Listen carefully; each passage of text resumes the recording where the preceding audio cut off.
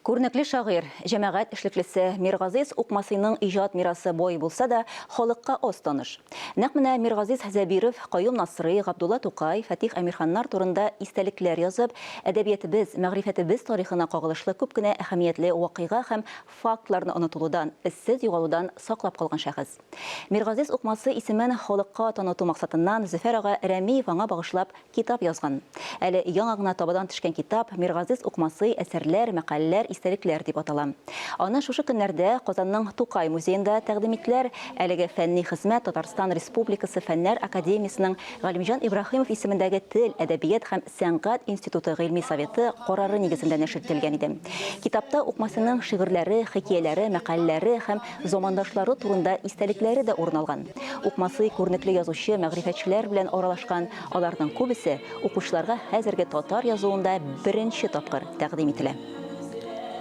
31 елны репрессияләгә, ягъни авылда мулла булып торган, шактый бай тормышта булган, колхозлар төзү заманы, шуңа күрә аны советка каршы эш итә дип 31 елны кулга алалар һәм хөкем итеп 8 елга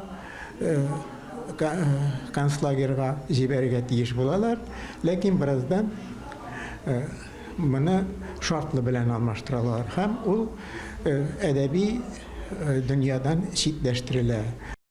Миргазиз Укмасы белән мин дә, авылдашлары да барбыз да горурланып яшибез. Чөнки ул безнең авылда туып үскән шагыйрь, безнең авылның мулласы булган заманында. Аннан соң Миргазиз Укмасы белән минем бабам аралашкан, минем бабам да сәүдәлек иткән. Аларның барсында 31 елның барсында кулга алалар. Кызганычка каршы Миргазиз Укмасыны утырталар. Минем баба үз көче белән сәүдәлек иткәнгә күрә аларны чыгаралар. Менә ул бабай белән аралашканда шул гына сүз бүгенге көнгә кадәр килеп җитте. Ул әйтә торган булган, аккан суга каршы барып булмый шул дигән. Менә biz Тукай белән аралашканны без инде бик яхшы беләбез. Тукайга багышлап шигырьләр язганын беләбез. Аның иҗаты без әле ачып биргәнебез юк, аның бөтенләй туллагы белән. Менә бу китабы чыгуы безнең өчен бик зур шатлык.